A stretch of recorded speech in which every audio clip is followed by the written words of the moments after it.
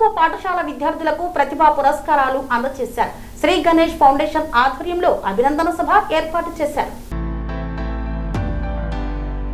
చదువే బలం, ప్రతిభకు ప్రోత్సాహం అన్న సంకల్పంతో శ్రీ గణేష్ ఫౌండేషన్ తరపున కంటోన్మెంట్ నియోజకవర్గంలోని ప్రభుత్వ పాఠశాలలు, జూనియర్ కళాశాలల్లో అత్యంత ప్రతిభ కనపరిచిన 45 మంది ప్రతిభావంతులైన విద్యార్థులకు సికింద్రాబాద్ లోని మడ్ఫోర్డ్ ప్రభుత్వ ఉన్నత ప్రాథమిక పాఠశాల భవన ఆడిటోరియంలో అభినందన సభ నిర్వహించారు. ఈ అభినందన సభలో ముఖ్య అతిథిగా ఎమ్మెల్యే శ్రీ గణేష్ విచ్చేసి స్కాలర్షిప్లు, ప్రశంసా పత్రాలను అందజేశారు. ఈ సందర్భంగా ఎమ్మెల్యే శ్రీ గణేష్ మాట్లాడుతూ, ప్రభుత్వ విద్యా సంస్థల్లో చదివి అత్యుత్తమ ఫలితాలు సాధించిన మీరంతా కంటోన్మెంట్ నియోజకవర్గానికి గర్వకారణమని, విద్యార్థులు భవిష్యత్తులో మరిన్ని ఉన్నత శిఖరాలను అధిరోహించి తల్లిదండ్రులకు, ఉపాధ్యాయులకు, కంటోన్మెంట్కు మంచి పేరు తీసుకురావాలని చెప్పారు. మీ విద్యా అభివృద్ధికి నా వంతు సహకారం ఎల్లప్పుడూ ఉంటుందన్నారు. కాంగ్రెస్ ప్రభుత్వం, ముఖ్యమంత్రి రేవంత్ రెడ్డి ప్రభుత్వ విద్యకు అత్యంత ప్రాధాన్యత ఇస్తున్నారని, స్కిల్ యూనివర్సిటీ ఏర్పాటు అందులో భాగమేనని, డబ్బు లేదని ఏ పేద విద్యార్థి చదువు ఆపకూడదనే కాంగ్రెస్ ప్రభుత్వ ధ్యేయమనేది, పేద విద్యార్థులకు మంచి కళాశాలలో సీట్లు ఇప్పించడానికి తాను కృషి చేస్తానని తెలిపారు. నేను నా పేరు సంతోషం, గవర్నమెంట్ గర్ల్స్ హై స్కూల్లో పనిచేస్తున్నాను. అయితే మేము క్లాస్లో పిల్లలకి ఏం చెప్తాం సార్, కష్టపడండిరా, పైకి వస్తారు, మంచి రిజల్ట్ వస్తారని చెప్తాం. అయితే ఆ రిజల్ట్కి గుర్తింపు మీరు ఇచ్చి మీరు వాళ్ళని ఎంకరేజ్ చేస్తున్నారు సార్. మా స్కూల్ హెచ్ఎంస్, టీచర్స్, మా డిపార్ట్మెంట్ తరఫున మీకు thank you so much sir.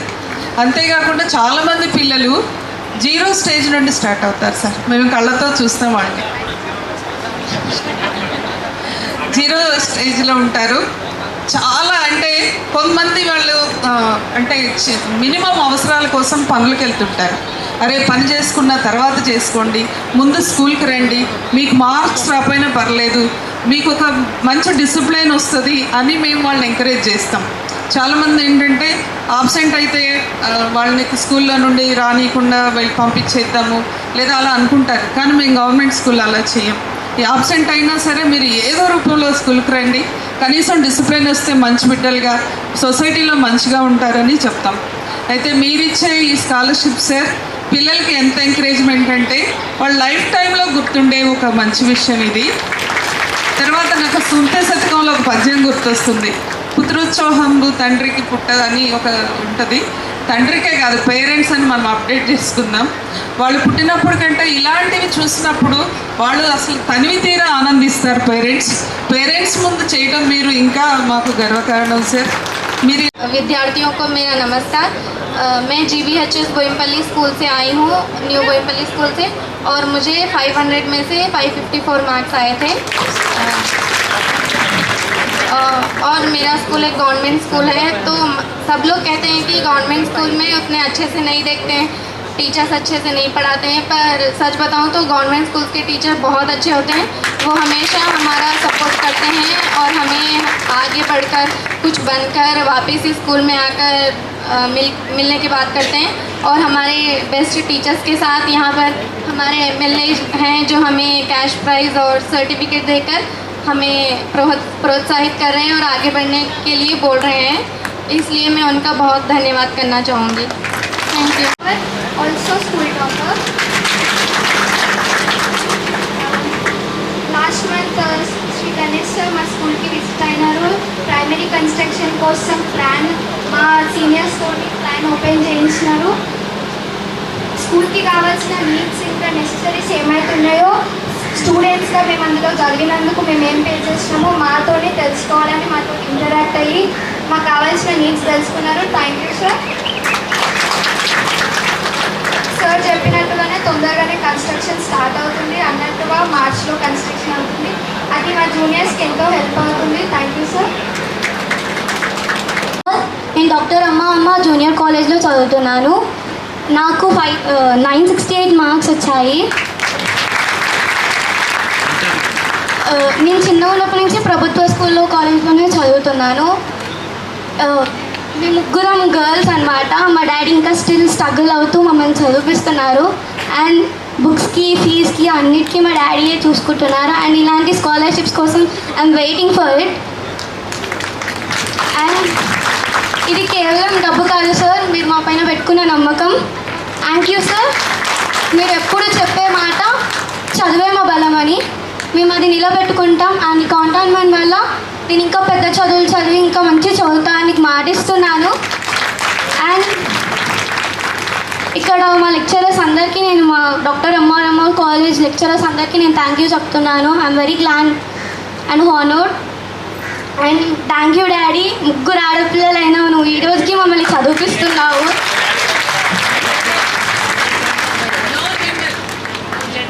ఇద్దరిని డాక్టర్ చదివిస్తున్నారు అండ్ నన్ను కలెక్టర్ చేయాలి అని ఆశపడ్డారు. అది నిలబెట్టుకుంటా. Thank you so much daddy. నా తరపున, మా కుటుంబం తరపున thank you sir. I sincerely thank Chief Guest Sri Ganesh Garu for this opportunity. This will help us the students to get more hard work and achieve our goals. And I also thank our principal ma'am and my lecturers. They did hard work, encouragement, support, guidance played a major in our lives. They taught us, cleared our doubts and help us to get a good marks. Thank you so much. And this I promising you all that I will achieve my goals and I want to become an IAS officer. That I will fulfill my dream. And thank you so much sir for this opportunity. స్కూల్లో చదువుకున్నాను.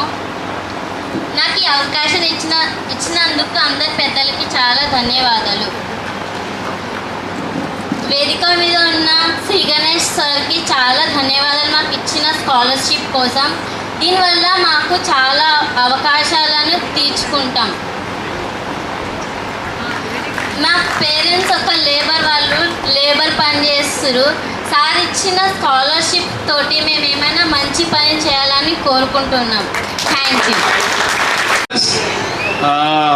Political all the leaders of the ward 1 to 8 and also the media మిత్రులు. ఈ కార్యక్రమంకు రూపకల్పన సృష్టికర్త శ్రీ గణేష్ గారు ఏది చేసినా విద్య కోసము ఏదైతే కార్యక్రమం చేపడతారో ఈ విధంగా ఉంటుంది. ఆయన ఆలోచనలు ఏ విధంగా ఉంటాయి అనేది ఈ వేదిక తర్వాత ఈ స్టేజ్ ఈ పేరెంట్స్ చూస్తే అర్థమవుతుంది. సార్ ఇంతకుముందు ఒక ప్రోగ్రామ్ చేసిండు, ఒక 1 year back best teachers awards programme చేసిండు. You might be remembering teachers, our teachers. ఒక టీచర్ ఫోన్ చేసి ప్రోగ్రామ్ అయిపోయినాక ఏమన్నదంటే, మా 95 years తండ్రి నాకు అవార్డు వచ్చినాక ఫోన్ చేసిండు. ఫోన్ చేసి ఒక మాట అన్నాడు సార్ అని. ఏమన్నారు మేడం అన్న అంటే ఆనందంలో ఏమన్నా కాంప్లిమెంట్ చెప్తారు. ఆమె ఏమన్నదంటే, 95 years వాడిని నేను చెప్తున్నా నాన్న, ఇంతవరకు ఒక ఎమ్మెల్యే చొరవ తీసుకొని, ఒక పొలిటికల్ లీడర్ చొరవ తీసుకొని సమాజంలో ఎక్కడో కనబడని బిహైండ్ ద స్క్రీన్ టీచర్స్ని గుర్తించి వారికి తన సొంత నిధులతోటి ప్రోగ్రామ్ బెస్ట్ టీచర్ అవార్డ్స్, అది కూడా 75 మందికి ఇవ్వడం అనేది గొప్ప విషయం. నేను చూడలేదని ఒక పెద్ద మెసేజ్ పెట్టిండు నెక్స్ట్ డే. ఆ మెసేజ్ నాకు టీచర్ పంపించి ఒకసారి ఎమ్మెల్యే గారికి చూపించాను. నాకు అవకాశం రాలే అన్నకు చెప్పిన నేను ఒక సందర్భంలో. అంటే ఆలోచనలు ఆ విధంగా ఉంది. దేర్ ఆర్ నథింగ్ ఈ gains from the such programmes. Definitely you as a teacher you should think. ఏ ఓటు బ్యాంక్ లేదు ఈ స్కూల్లో, పాఠశాలలో. ఇంత పెద్ద కార్యక్రమం చేస్తే ఒక ఓటు రాలేదు. నేనైతే ఖచ్చితంగా బల్లగుది చెప్తాను. పిల్లలకి ఏదైనా ఇస్తే పిల్లల ఓట్లు పడవచ్చేళ్ళవు. సరే, ఆ ఆలోచన ఎందుకు వచ్చిందంటే చాలా సందర్భాలలో సార్ చెప్తూ అన్నాడు, నేను చదువుకున్న రోజుల్లో చినిగిపోయిన నిక్కరు, చినిగిపోయిన ప్యాంట్ వేసుకున్న పోయిన రోజులు ఉన్నాయి. అప్పుడప్పుడు గ్లిమ్స్ ఆఫ్ అంత బ్రీఫ్ చేస్తూ ఉంటాడు తన స్టోరీ. చాలా కష్టపడ్డా షట్రక్ సార్. నేను మా నిర్మలా టీచర్ రెజ్మెండర్ గారు చూసినప్పుడు నా కళ్ళలో నీళ్ళు ఎందుకు వచ్చినాయి అంటే, నాకు ఆ రోజులు గుర్తొచ్చినాయి. నేను ఏ విధంగా నేను ఆ పాఠశాలలో ఎంత కష్టపడ్డానో. సో ఫస్ట్ నేను ఆలోచించేదంతా ఎడ్యుకేషన్ని డెవలప్ చేద్దామని. ఇప్పుడు ఎడ్యుకేషన్ని నేను డెవలప్ చేస్తే కొన్ని జనరేషన్స్ టుగెదర్, కొన్ని జనరేషన్స్ బాగుపడతాయి. నేను బెనిఫిట్ పొందకపోవచ్చు. I may not take the fruits, you may not take the fruits, but after few generations they will take the fruits అని చెప్పి ఎప్పుడు is dialogue is like that.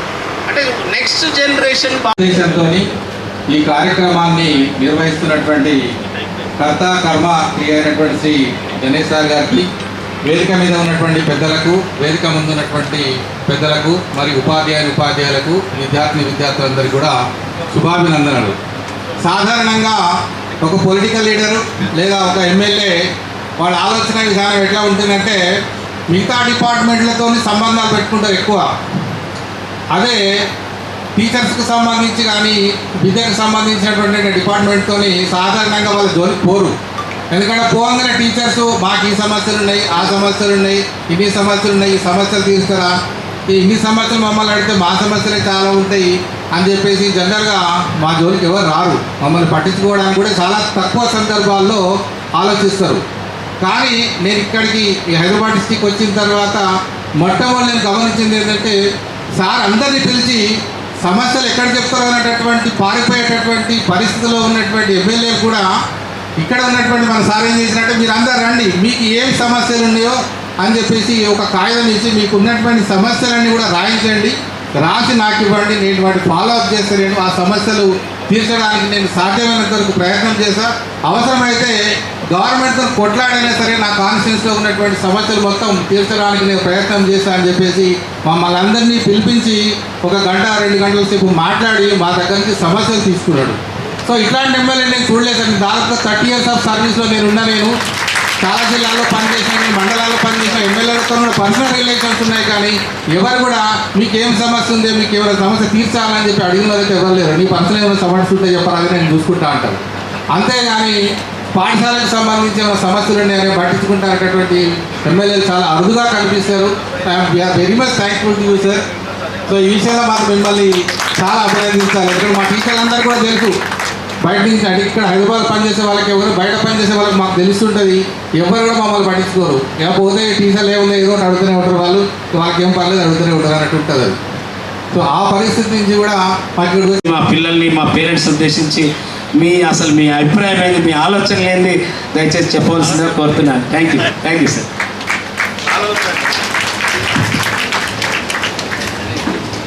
ఈనాటి మంచి కార్యక్రమానికి సభా అధ్యక్షతను వహిస్తున్న నాకు ఎలక్షన్లో కానీ నేను ఎప్పటి నుంచి అయితే రాజకీయంలో ఉన్నానో అప్పటి నుంచి ఎడ్యుకేషన్ గురించి నేను ఏమైనా చెయ్యాలి అంటే ప్రతి విషయంలో సపోర్ట్ ఉన్న అన్నా షెట్రక్ గారికి,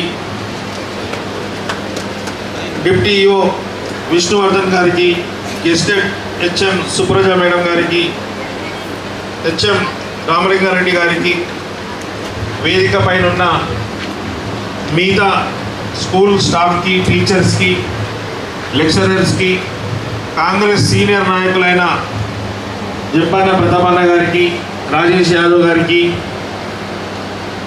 మహిళా కాంగ్రెస్ అధ్యక్షురాలు భవానీ గారికి, వైష్ణవ్ యాదవ్ గారికి, district spokes person Nagineni Saritha గారికి, సీనియర్ కాంగ్రెస్ నాయకులు మధుకర్ అన్న గారికి, చాలామంది ఉన్నారు. అందరి పేర్లు చెప్పాలంటే చాలా అక్కడ దాకా వేణుగోపాల్ రెడ్డి అన్న దాకా ఉంది, కిరణ్ గారు, గోపి అన్న, నరేష్, రవి గారు, బాలరాజు గారు, షణ్ముఖం, అంత పేరున అంజనేయులు అన్న కింద ఉన్న రేపాల వెంకటేష్ అన్న ఎక్కడ ఉండవు వెళ్ళిపోయినా, రేపాల వెంకటేష్ అన్న గారికి, వేదిక పైన ఉన్న అందరు సీనియర్ కాంగ్రెస్ నాయకులకి, సంఘి రవీందర్ అన్న గారికి, ఇక్కడ విచ్చేసిన పేరెంట్స్కి, స్టూడెంట్స్కి, ప్రెస్ మిత్రులకి, పోలీస్ డిపార్ట్మెంట్ వాళ్ళకి నా యొక్క హృదయపూర్వకంగా నమస్కారం. ఈరోజు చాలా సంతోషంగా ఉంది. ఎందుకంటే ఒక విజయ సభ లెక్క ఉంది. ఎందుకంటే 10th క్లాస్ వాళ్ళు, inter first year, second year ఈ గవర్నమెంట్ స్కూల్లో చదువుకున్న పిల్లలు ఫస్ట్ క్లాస్లో ఆ స్కూల్స్కి కావచ్చు, ఆ కాలేజ్కి ఫస్ట్ వచ్చిన వాళ్ళకి సన్మాన సభ చాలా ఘనంగా నిర్వహించిన షెట్రక్ గారికి, మా పిఏ జయలలితారెడ్డి రెడ్డి గారికి, కాంగ్రెస్ నాయకులు సపోర్ట్ చేసిన ప్రతి ఒక్కరికి పేరున నమస్కారం. ఈరోజు నేను సెకండ్ డే, నా జీవితంలో చాలా సంతోషం ఉన్నది వీళ్ళు మాట్లాడుతుంటే.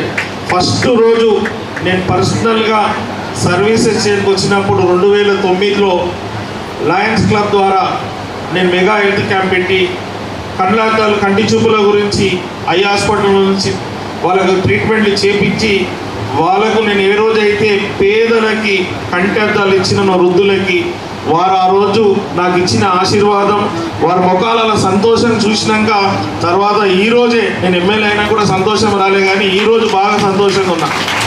ఏదో నా చేతుల మీద దేవుడు పెద్ద పని చేయడానికే నన్ను పుట్టించినని ఈరోజు అర్థమైంది. ఎందుకంటే స్టూడెంట్స్ మాట్లాడుతుంటే, పేరెంట్స్ కానీ టీచర్స్ మాట్లాడుతుంటే, ఇది అందరితోటి దేవుడు అవకాశం ఇవ్వడు చేయాలన్నా కూడా కొందరికీ అవకాశం ఇస్తాడు.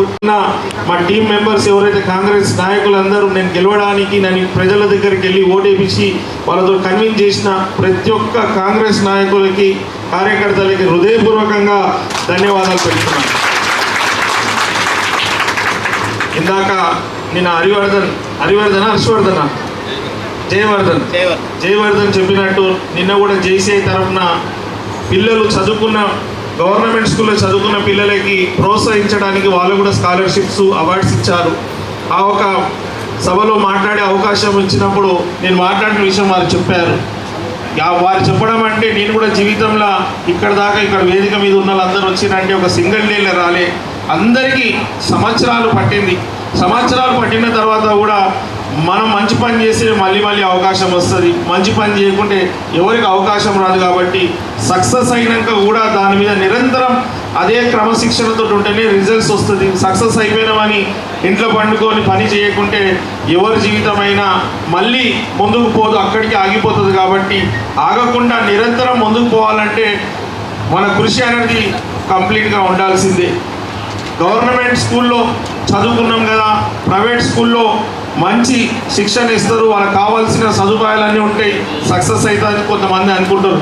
కానీ ఈరోజు చాలా గర్వించే విషయం ఏంటంటే మన కంటోన్మెంట్లో చదువుకుంటున్న గవర్నమెంట్ స్టూడెంట్స్ మంచి మార్కులతో పాస్ అయ్యి ప్రతి అమ్మనైనా కళ ఏముంటుంది, వాళ్ళ జీవితం అంతా పిల్లలకి త్యాగం చేసి వాళ్ళ పిల్లలు ఉన్నత స్థాయికి వెళ్ళాలి, వాళ్ళు కూడా మిగతా వాళ్ళతోటి మేము కూడా మా పిల్లలు ఈ స్థాయికి కూరని గర్వంగా చెప్పుకునే స్థాయికి ఎదగాలని ప్రతి అమ్మానైనా కళ ఉంటుంది.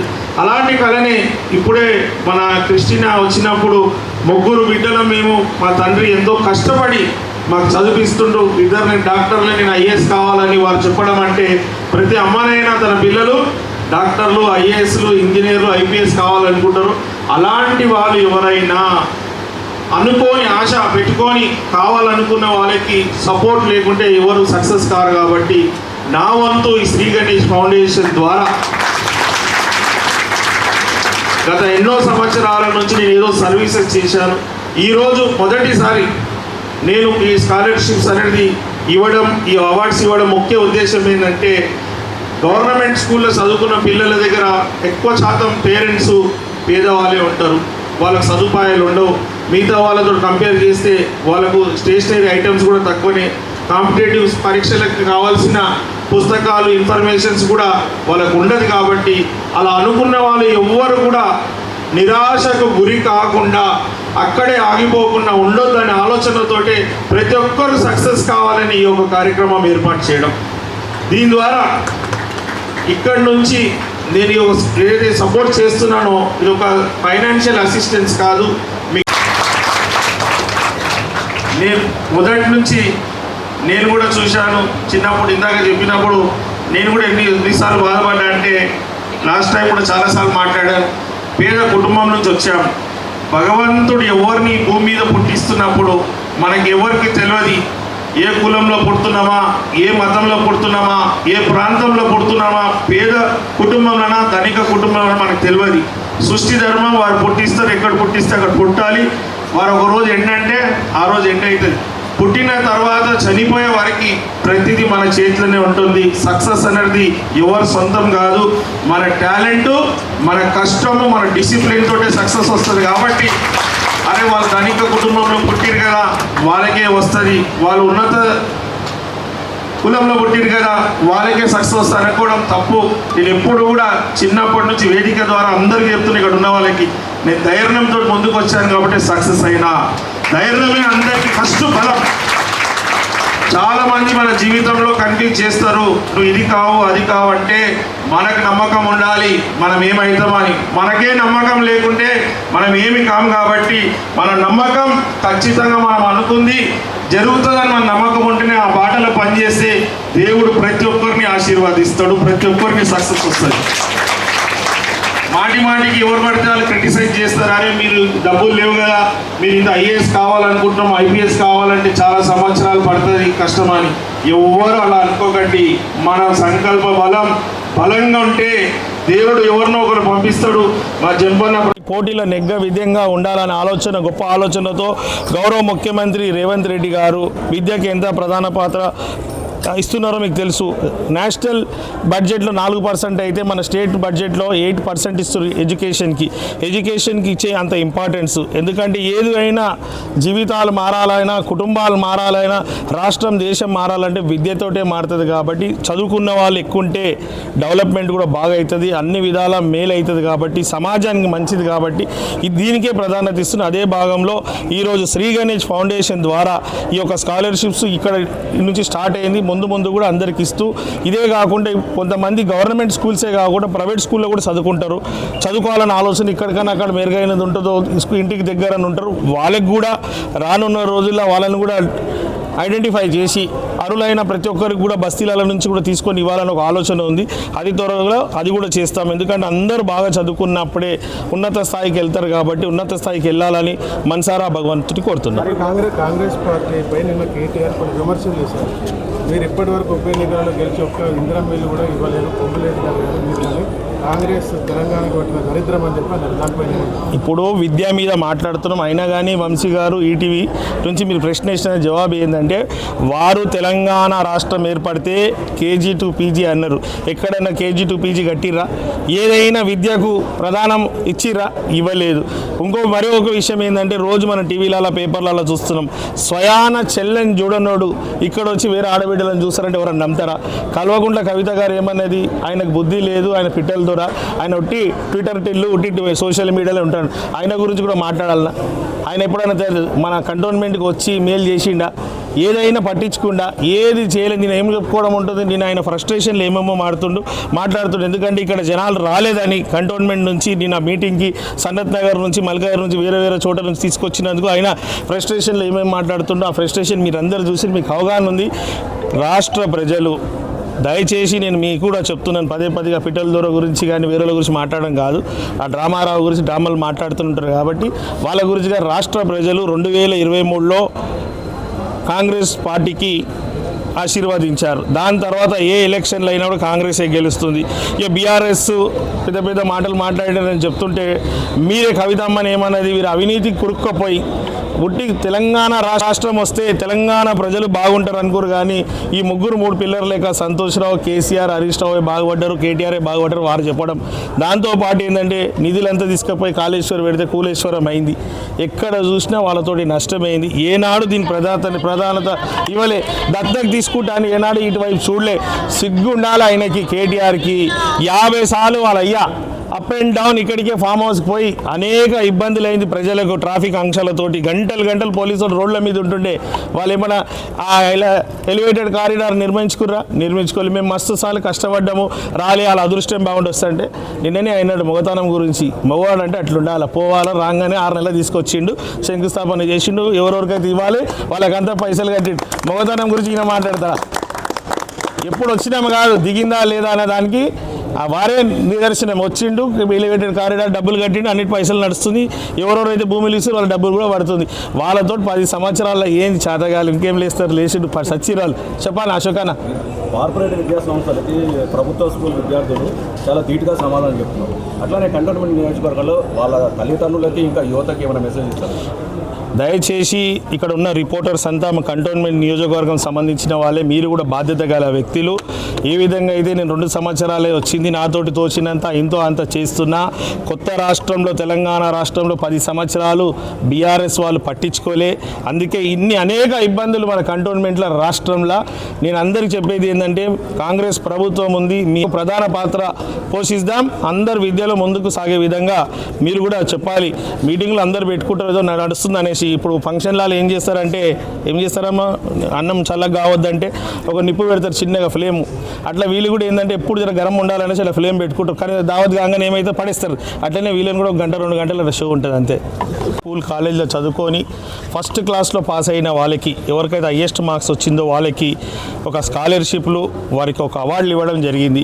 ఈ అవార్డులు స్కాలర్షిప్ ఒక ముఖ్య ఉద్దేశం ఏంటంటే, ఈ గవర్నమెంట్ స్కూల్లో చదువుకున్నారంటే అత్యధిక శాతం పేదవాళ్ళే కాబట్టి ఈ పేదవాళ్ళకి బాగా ముందు కూడా చాలా చదువుకొని ముందుకు పోవాలంటే ప్రోత్సాహం కావాలి. ప్రోత్సాహం గురించి ఈరోజు అవార్డు స్కాలర్షిప్ ఇవ్వడం, నేను వాళ్ళకి సపోర్ట్గా భరోసాగా ఉన్నానని చెప్పడానికి ఈరోజు పేరెంట్స్ టీచర్స్ కూడా సన్మానం చేశాం ఇక్కడ.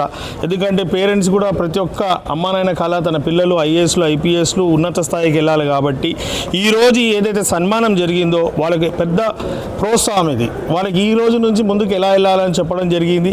వాళ్ళ భవిష్యత్తులో కూడా ఏదైనా కాలేజీలలో సీట్లు కావాలన్నా కూడా వాళ్ళకి సీట్లు ఇప్పిస్తట్టు కూడా చూస్తా అని చెప్పడం జరిగింది. ఇంటర్ వాళ్ళకి, డిగ్రీ వాళ్ళకి. ఎందుకంటే గవర్నమెంట్ ఒక కండిషన్స్ పెడుతుంది ఎన్ని కాలేజెస్కి. ఆ కాలేజీలో కొంతమంది పేదవాళ్ళకి ఉచితంగా విద్య అందించాలి. కానీ అలా ఉందో లేదో తెలియదు కాబట్టి ఇక్కడ ఎవరైతే ఉన్నారో, ఎవరికి అవసరమని తెలిసినా కూడా వాళ్ళతో మాట్లాడి వాళ్ళకి ఫ్రీ ఎడ్యుకేషన్ ఇప్పించే బాధ్యత కూడా తీసుకుంటానని చెప్పడం జరిగింది. ఈరోజు విద్యకు మించిన అస్త్రం భూమి మీద ఏమీ లేదు. ఏదైనా మనం కొనొచ్చు కానీ చదువుని మాత్రం వేరే వాళ్ళు దొంగలించలేరు కూడా. చదువే మెయిన్ ఇంపార్టెంట్ కాబట్టి ఎడ్యుకేషన్ మీద ఇంపార్టెంట్ చూస్తూ మన కంటోన్మెంట్లో ఉన్న అన్ని స్కూళ్ళు డెవలప్మెంట్లు